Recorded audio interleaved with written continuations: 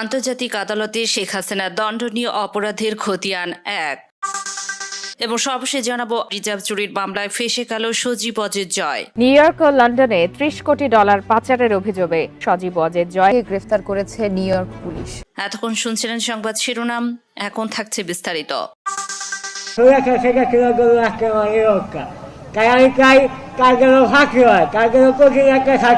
শেখ হাসিনাকে প্রকাশ্যে ফাঁসি দিতে হবে। ফাঁসি ছাড়া শেখ হাসিনার অন্য কোনো বিচার হতে পারে না, পারে না, পারে না।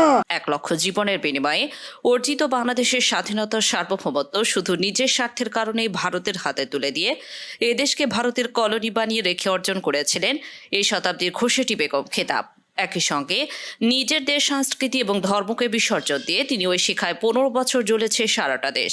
কখনো লগি বৈঠার তাণ্ডবে, কখনো চাপাতির আঘাতে, আবার কখনো পুলিশ, র্যাব কিংবা বিজেপির নির্বিচার নৃশংসগুলিতে। ৪ তারই ছত্রছায়ায় বাংলাদেশে ছড়ানো হয়েছে ভয়ঙ্কর ইসলাম ভীতি ও মুসলমানদের বানানো হয়েছে জঙ্গি, পোড়ানো হয়েছে পবিত্র কোরআন, হত্যা করা হয়েছে শত শত আলেমদেরকে, ফাঁসিতে ঝোলানো হয়েছে শহীদ কাদের মোল্লা সহ এই বঙ্গের শ্রেষ্ঠ সন্তানদেরকে। রিমান্ডে নিয়ে টর্চার, বিচার বহির্ভূত হত্যাকাণ্ড, ক্রসফায়ার এবং গুমসহ মানবাধিকার লঙ্ঘনের খতিয়ানগুলো হাজার বছরের ইতিহাস হয়ে থাকবে। বিশ্বের প্রথম লেডি হিটলার হিসেবে তিনি অমর হয়ে থাকবেন দুনিয়ার ইতিহাসে। ৫ তার হিংসা ও ঘৃণাতন্ত্রের ছোবলে পুরো দেশ একসময় ছিল আস্তিক নাস্তিক বলয়ে বিভক্ত এবং চরম ফিতনাতে নিমজ্জিত। তার শাসনামলে মুক্তিযোদ্ধা, রাজাকারের বাচ্চা চেতনা নামের স্বাধীনতার পক্ষ বিপক্ষ দ্বন্দ্ব তৈরি করে পুরো দেশকে নিশ্চিত সংঘাত এবং গৃহযুদ্ধের দিকে ঠেলে দিয়েছিল। দেশের পুরো রাজনীতিকে ১৯৭১ সালে লৌহপিঞ্জরে আবদ্ধ করে অন্যান্য সকল দলমত এবং পদকে ক্রিমিনালাইজ করে গণতন্ত্রকে কবর দিয়ে সামনে এগিয়ে যাওয়া সকল পথ বন্ধ করে রেখেছিল। প্রতিষ্ঠা করেছিল এশিয়া মহাদেশের প্রথম লোকতান্ত্রিক ফ্যাসিবাদ।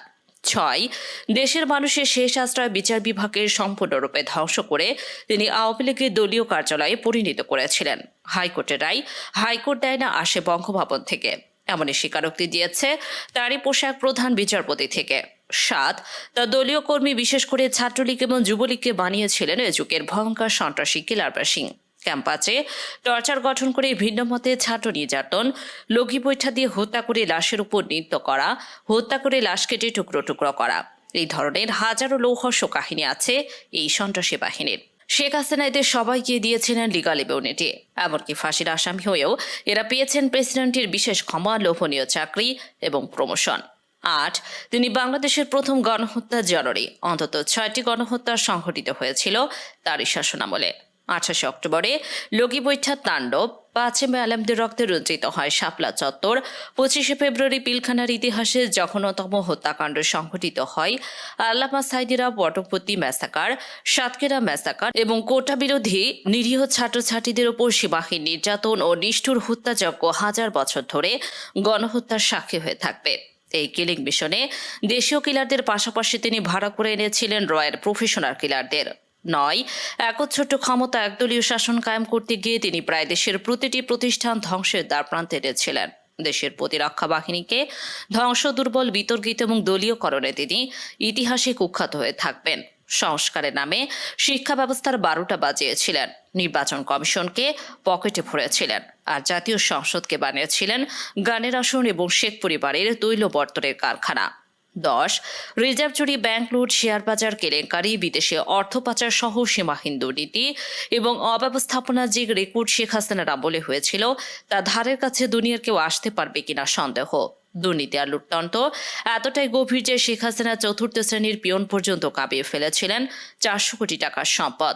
বেনজির আজিজ, মতিউর এবং এস আলম সহ শত শত মহালটেরা তৈরি করে একদিকে কায়েম করেছিল মাস্তানদন্ত ও মগের মল্লক। ২০০৯ সালে ক্ষমতা দখল করে শেখ হাসিনা বাংলাদেশে পারিবারিক শাসন প্রতিষ্ঠা করেছিলেন।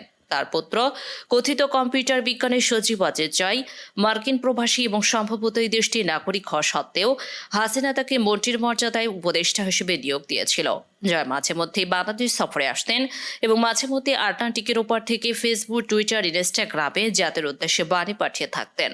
সজীব অজেদের অবিশ্বাস্য উচ্চ বেতনের কথা শেখ হাসিনার প্রভাবশালী বোনটি মরহুম লতিফ সিদ্দিক খোদ আমেরিকাতে বসে সাংবাদিকদের জানিয়েছিলেন। এছাড়া বিভিন্ন দেশে দুর্নীতিলব্ধ অর্থের সম্পদের গল্প তো আছে। শেখ হাসিনার ছোট বোন শেখ রেহানা কোনো সরকারি পদ ছাড়াই রাষ্ট্র পরিচালনায় প্রচণ্ড প্রভাব বিস্তার করে থাকতেন। শেখ রেহানার স্বামীর ছোট ভাই মেজর জেনারেল তারিক সিদ্দিকীকে শেখ হাসিনার মন্ত্রীর পদমর্যাদায় নিরাপত্তা উপদেষ্টা পদে নিয়োগ দিয়েছিলেন। সাবেক প্রধান সেনাপতি জেনারেল আজিজের দেয়া তথ্য অনুযায়ী বাংলাদেশের যাবতীয় গুম খুন এবং বিচার বহির্ভূত হত্যাকাণ্ডের অন্যতম প্রধান হোতা হলেন এই তারিক সিদ্দিকী। শেখ রেহানার ছেলে ববি সিদ্দিকীকেও বাংলাদেশে অত্যন্ত প্রভাবশালী বিবেচনা করা হতো। তিনি দীর্ঘদিন প্রধানমন্ত্রীর কার্যালয়ের ভেতরে বসেই সম্ভবত ইউএনডিপির কভারে কাজ করেছেন। শেখ হাসিনার কন্যা পুতুল এবং তার স্বামী আরব আমিরাতে বিপুল সম্পদের কথা এখন অনেকটাই ওপেন সিক্রেট। আরব আমিরাতে হাসিনা কন্যার স্বামীর ঠিক কী অবস্থা আছে সেটাও রহস্যময়। এই নিয়ে সোশ্যাল মিডিয়ায় গুজবের শেষ নেই। পদ্মা সেতু দুর্নীতিতেও সাবেক মন্ত্রী আবুল হোসেনের সাথে এই দম্পতির নাম জড়িয়ে আছে। সে সময় তারা কানাডায় অবস্থান করতেন। কেন তারা কানাডা থেকে পালিয়ে প্রথমে কাতার এবং পরে আরব আমিরাতে ঘাঁটি গড়েছেন সেটাও আমজনতার অজানা। শেখ হাসিনার কন্যার শ্বশুর ইঞ্জিনিয়ার মোশাররফ দীর্ঘদিনের স্থানীয় সরকার সহ অন্যান্য গুরুত্বপূর্ণ মন্ত্রণালয়ের দায়িত্বপ্রাপ্ত মন্ত্রী ছিলেন। ইঞ্জিনিয়ার মোশাররফের ছোট ভাইকে কিছুদিন আগে প্রায় 2,000 কোটি টাকা লোপাট করার অভিযোগে সরকার গ্রেপ্তার করেছিল। ফ্যাসিস্ট শাসকের সাবেক অথবা বর্তমান বিয়ে ছোট ভাই যদি 2,000 কোটি টাকা মেরে দেওয়ার ক্ষমতা রাখেন, তাহলে শেখ হাসিনার আরও নিকটের আত্মীয় স্বজনরা কত টাকা দুর্নীতি করছে তা ধারণা করা আমাদের পক্ষে অসম্ভব। রাষ্ট্রের প্রতি প্রতিষ্ঠানকে শেখ হাসিনা দুর্নীতির আখড়া বানিয়েছিল। কুইক রেন্টালের নামে বিদ্যুৎ না দিয়ে যে টাকা লুটপাট করা হয়েছিল তা দিয়ে কয়েকটি পদ্মা সেতু বানানো সম্ভব হতো। রূপপুর পারমাণবিক বিদ্যুৎ প্রকল্পের নামে দেশে বিদেশে লুণ্ঠনকারীদের জন্য টাকার খনি তৈরি করা হয়েছিল। সাধারণ জনগণের মাথায় বিপুল ঋণের বোঝা চাপিয়ে শেখ হাসিনার প্রতিটি মেগা প্রকল্পে এভাবেই দুর্নীতির মহোৎসব চলেছিল। গত 15 বছরে সর্বাধিক ক্ষতি করা হয়েছে অর্থনৈতিক খাতে। বাংলাদেশে যেসব সর্বনাশ শেখ হাসিনা করলেন তার মাসুল বাংলাদেশকে অন্তত 100 বছর ধরে দিতে হবে। সজীবজের জয় আপাতমস্তক মিথ্যায় মোড়া তথাকথিত আওয়ামী কীর্তিমান। পাবলিক অ্যাডমিনিস্ট্রেশনে লেখাপড়া করলেও নিজেকে পরিচয় দেন কখনো আইটি বিশেষজ্ঞ, আইটি বিজ্ঞানী বা কম্পিউটার বিজ্ঞানী হিসেবে। 2008 সালে মঈন ফখরুদ্দিনের মাধ্যমে শেখ হাসিনা ক্ষমতাসর পরপরই 2009 সালে blue ridge investment and finance নামের একটি কোম্পানি চালু করে জয় কোম্পানিটির state corporation commission ID number S26970778। এই কোম্পানিটির মাধ্যমে মার্কিন তেল কোম্পানি শেভরনকে বিনা টেন্ডারে 52 বিলিয়ন কাজ পাইয়ে দিতে তৌফিক ইলাহি ও জয় দুজনে মিলে $5 বিলিয়ন ঘুষ নিয়েছে। 2,902 কোটি টাকা ব্যয়ে নির্মিত বঙ্গবন্ধু স্যাটেলাইট 1 প্রজেক্ট থেকে $42 মিলিয়ন, যা বাংলাদেশি টাকায় 353 কোটি টাকা কমিশন বাণিজ্যিক হিসেবে পেয়েছে সজীবজের জয়।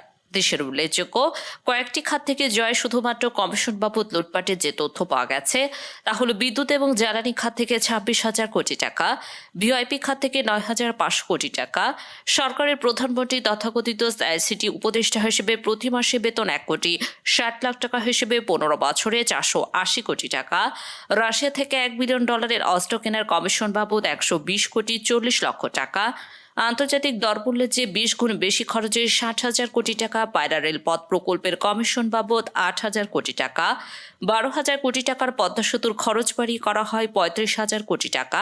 এই প্রকল্প থেকে 70 কোটি টাকা কমিশন নিয়েছে জয়। সাবেক প্রধানমন্ত্রী শেখ হাসিনা তথ্য উপদেষ্টা সজীবজের জয় ব্যাংকের গোপন সুইপ কোড ব্যবহার করে বাংলাদেশ ব্যাংকের বৈদেশিক মুদ্রা রিজার্ভ ফান্ড থেকে 800 কোটি টাকা ডিজিটাল পদ্ধতিতে ডাকাতি করে 2016 সালের 4 ফেব্রুয়ারি। জয়ের নেতৃত্বে লুটেরা বাহিনী তথ্য প্রযুক্তির অপব্যবহার করে ফিলিপাইনে ব্লু রিবল কমিটির উদ্যোগে সিনেট পরিচালিত 82 পৃষ্ঠা তদন্ত রিপোর্টে বেরিয়ে এসেছে ভয়াবহ তথ্য।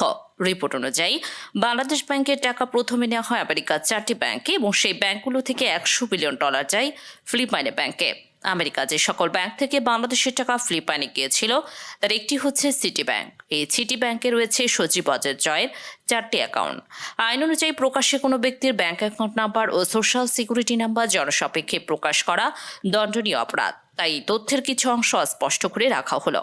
হাসিনা পুত্র জয়ের ব্যাংক ডাকাতি ধামাচাপা দিতে প্রধানমন্ত্রী নির্লজ্জভাবে অসহযোগিতা করে ব্লু রিবন কমিটির তদন্তকে। ফলে বাংলাদেশের জনগণের এই টাকা আর বাংলাদেশে ফেরত আসেনি। এছাড়াও সুইস ব্যাংকে জয় রয়েছে কয়েক হাজার কোটি টাকা। সাংবাদিক উইলিয়াম গোমেজ এই তথ্য ফাঁস করে জয়কে একটি ইমেল দিয়েছিল। জয় চুপ থাকার কারণে দ্বিতীয় ইমেলে উইলিয়াম গোমেজ বলে, "You will remain silent because you are chore. No, you are ডাকাত like mother like son. The same can be said for your mother, like father like daughter."